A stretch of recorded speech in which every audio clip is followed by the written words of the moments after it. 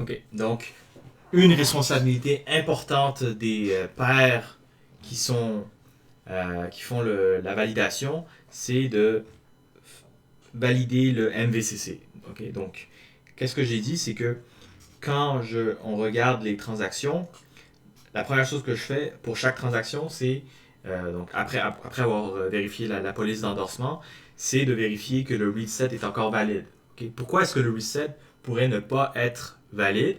Parce que vous pouvez imaginer que le reset a été calculé durant la phase d'exécution. Et la phase d'exécution, c'est la toute première chose qui est faite.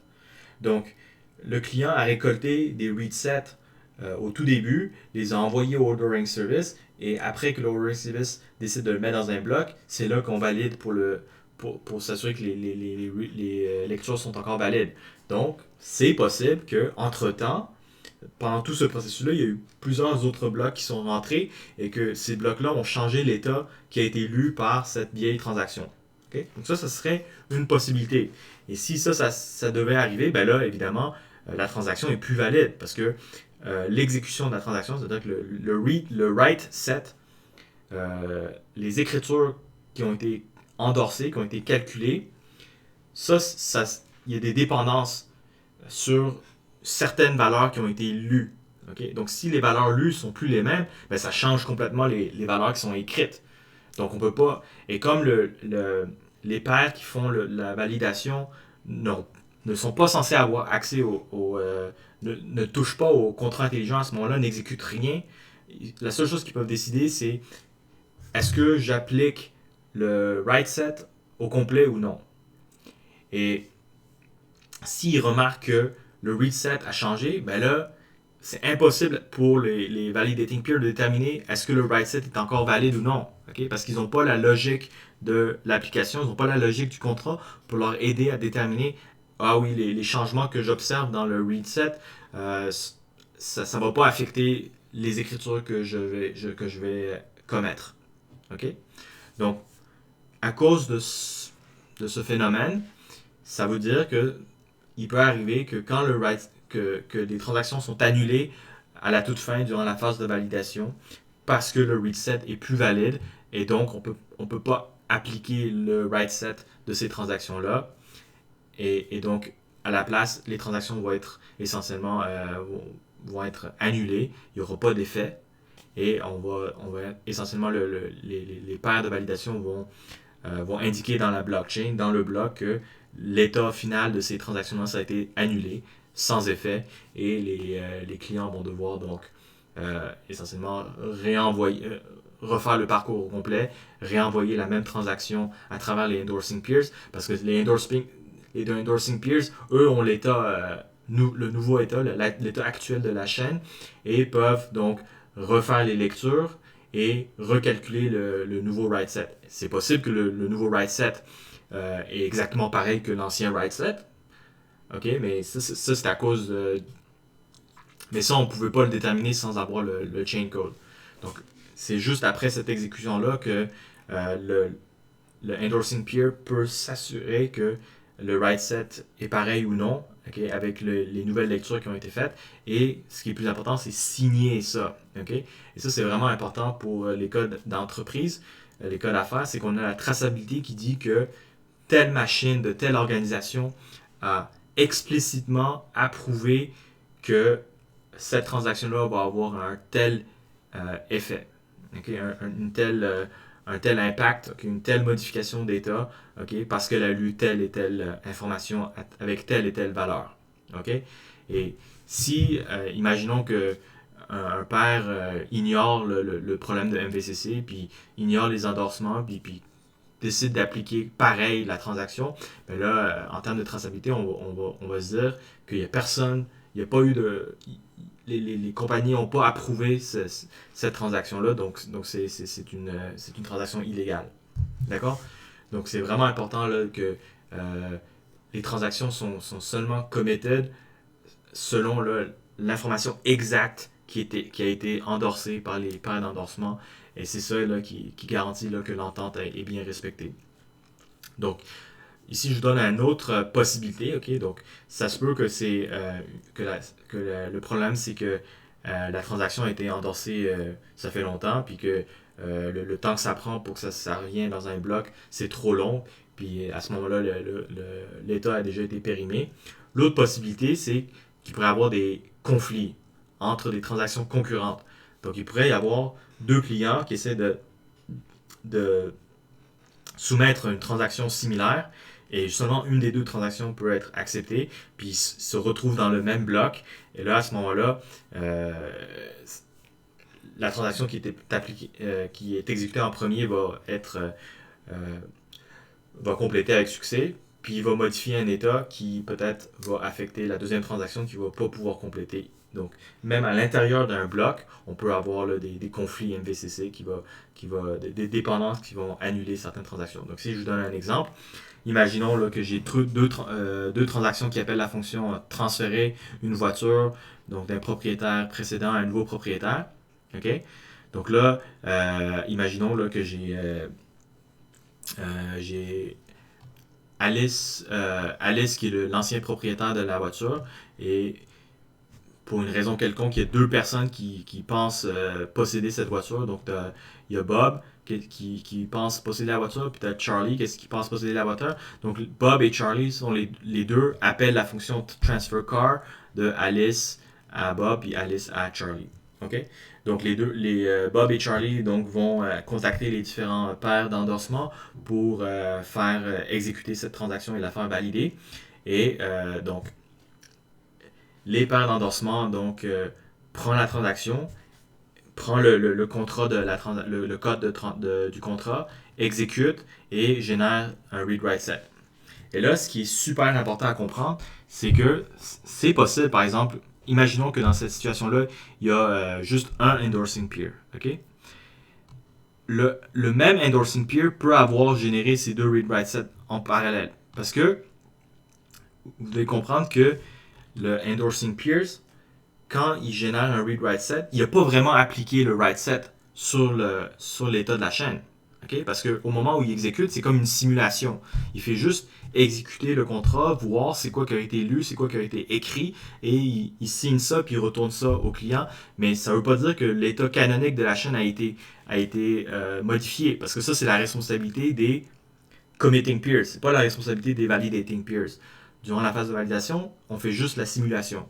Donc, c'est possible que les mêmes pairs savent qu'il y a des transactions concurrentes comme ça, mais c'est pas, de son point de vue, c'est pas important. Okay? Il va simuler l'exécution de Alice transfert à Bob, génère ça, puis peut-être, mettons, une seconde après, Alice et Charlie s'en vient avec cette transaction-là. Du point de vue du validating peer, l'état n'a pas changé parce que la transaction de Bob n'est pas encore entrée dans la blockchain. Donc, va faire la simulation, puis envoyer le read-write set, puis l'endorser. Okay?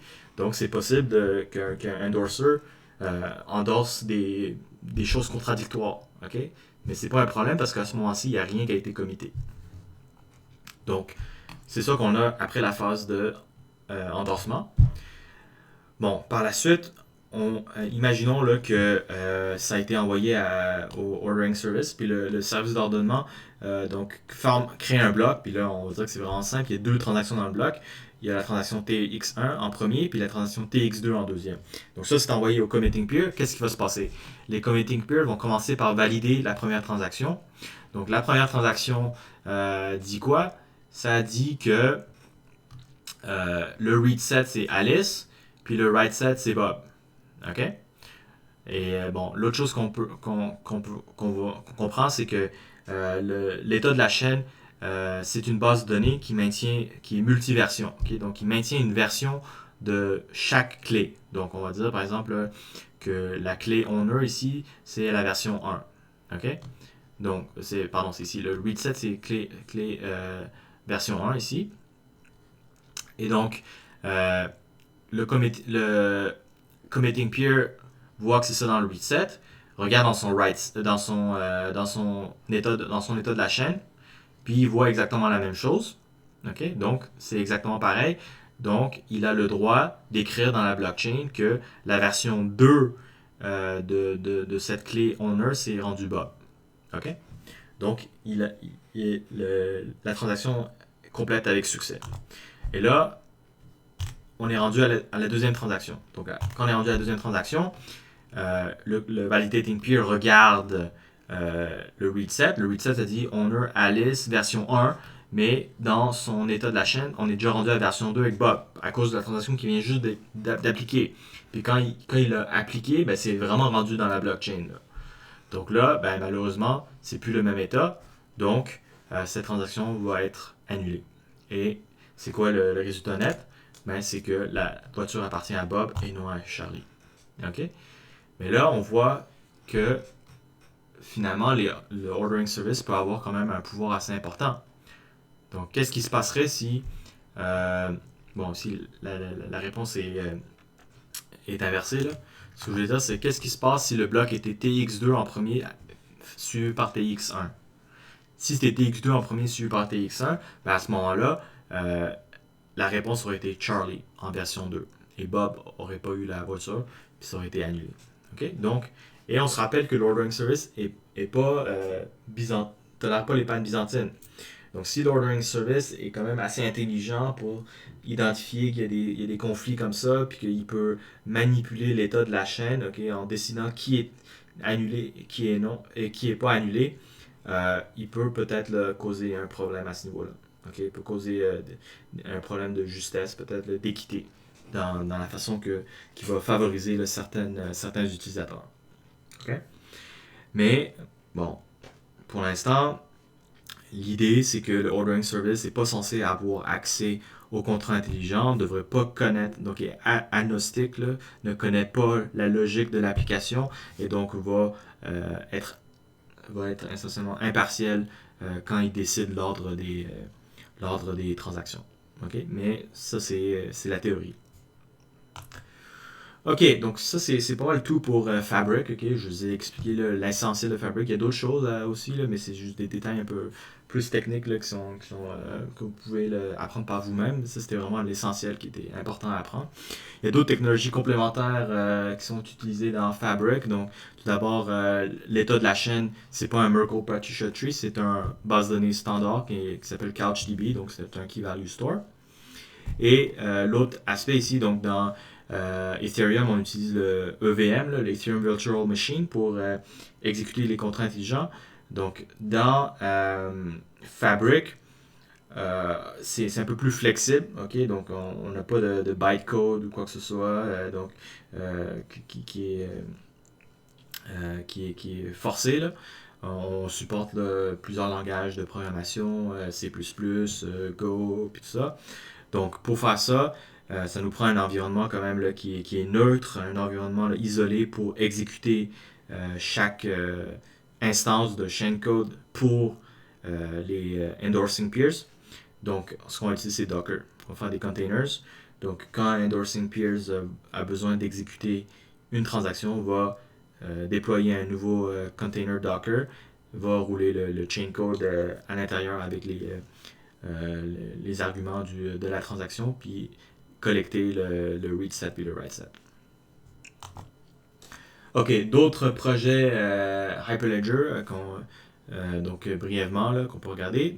Donc Sawtooth, ok, donc Sawtooth c'est un autre système, donc un autre blockchain, un framework là, de DLT. Et celui-là, c'est pas la particularité, c'est qu'elle fonctionne à base de proof of elapsed time. Ok? Donc, c'est vraiment une réaction directe là, à Bitcoin. Là. Donc, c'est pour éliminer là, la dépense d'énergie de Bitcoin à cause du hachage. Donc, dans Sawtooth, essentiellement, ce qu'on propose, c'est pas... c'est tout simplement que les machines doivent rester en vie, rester ouvertes. Ils n'ont pas besoin de faire des efforts de calcul immenses. Ils ont juste besoin de rester ouverts. Puis, le plus longtemps qu'ils restent ouverts, donc le plus de temps qu'il a attendu sans avoir miné un bloc, qui est miné un bloc dans Sawtooth, c'est comme un processus aléatoire, mais qui est pesé. Okay? Donc c'est comme une loterie, et tes chances de gagner la loterie, c'est le montant de temps que tu as attendu sans avoir gagné. Okay? Donc le plus que tu attends, plus tu as de chances de gagner. Et dès que tu gagnes, ben là, tes chances retombent à zéro. Okay? Donc là, c'est quoi le problème avec Sawtooth? Ben, c'est évidemment que le temps, c'est super facile à truquer, ok? Donc si si j'ai un réseau là, public, puis tout ça, puis ben là, n'importe quelle machine peut dire, moi j'ai attendu là, 1 million d'années, moi j'ai attendu 3 millions d'années, ok? Parce que comment est-ce qu'on peut prouver là, que c'est quoi la validité du temps, c'est combien de temps là, une machine a vraiment attendu, ok? Donc la solution, c'est celle que Intel propose, c'est utiliser SGX.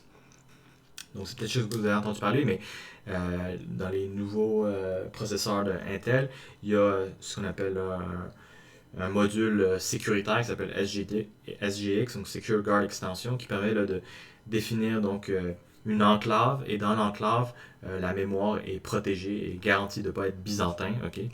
Donc, dans cette mémoire-là, on peut exécuter là, un code là, qui est sécuritaire, comme par exemple là, calculer le temps, une durée de temps de façon précise et fiable.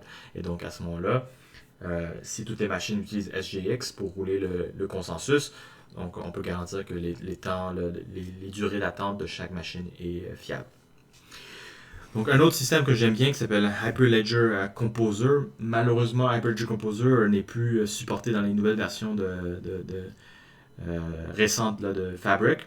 C'était un outil de développement là, web, donc c'est un peu comme le remix là, de Hyperledger qui permettait là, de développer son chain code, de définir son business network, donc de définir les différents participants, contrôle d'accès, tout ça, et de tester son code. Bon, c'est plus vraiment maintenu aujourd'hui, là, mais si vous êtes quand même intéressé à embarquer dans Hyperledger, vous pouvez commencer avec Composer.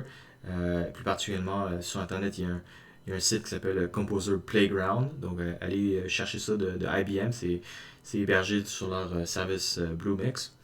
Et vous pouvez donc immédiatement là, travailler là, juste pour tester les choses là, dans Hyperledger. Donc, l'interface ressemble un peu à ça, là, où vous êtes capable de définir votre réseau d'affaires. Ok, donc c'est tout pour ce cours. Donc j'espère que vous avez appris quelque chose là, durant ce cours-ci sur les blockchains, sur les registres distribués, Bitcoin, Ethereum, Hyperledger Fabric, puis, etc. Évidemment, il y a beaucoup d'autres systèmes là, plus avancés de blockchain qu'on n'a pas le temps d'étudier là, dans ce cours d'introduction. Donc des systèmes là, comme Libra par exemple, ou IOTA, ou Ripple, EOS, donc Hashgraph, donc il y a toutes sortes là, de nouveaux systèmes Corda aussi qui existent. Il y a aussi des versions, des variantes de systèmes existants, okay, comme ok, donc comme par exemple Quorum, là, qui est une version industrielle de Ethereum, donc quand même intéressant à regarder. Donc ces choses-là, c'est des choses que j'espère que vous allez regarder par vous-même, okay, que vous allez explorer par vous-même. Et l'autre chose que j'espère après que vous avez regardé ce cours, c'est que vous avez développé une meilleure compréhension là, de la blockchain, donc de la technologie, apprécier la technologie, être capable de comprendre la technologie. Parce que dans un futur où la technologie va vraiment avoir un impact, pour moi, l'essentiel, c'est vraiment l'avantage important des blockchains, de la technologie DLT, c'est la transparence. C'est donner le pouvoir à tous là, de comprendre comment la technologie fonctionne et de faire sa propre réflexion critique, décider est-ce qu'on est confortable ou non à utiliser ce système-là pour telle et telle application. Donc, c'est vraiment c'est comme ça qu'on peut, par exemple, expliquer que Bitcoin, sa faiblesse, c'est le 51%. Est-ce qu'on est... ou par exemple le minage par pool, les attaques de minage. Donc, comprendre tout ça et après aboutir à une réflexion critique pour décider est-ce qu'on est confortable avec ça ou non. J'ai pas de réponse, là. Je peux pas dire je suis pas là pour dire c'est vrai ou c'est faux, c'est mauvais ou c'est pas mauvais. Je suis simplement là pour vous éduquer et vous permettre là, de faire votre propre réflexion. Donc sur ce, je vous souhaite là, une bonne fin de semestre et à plus tard.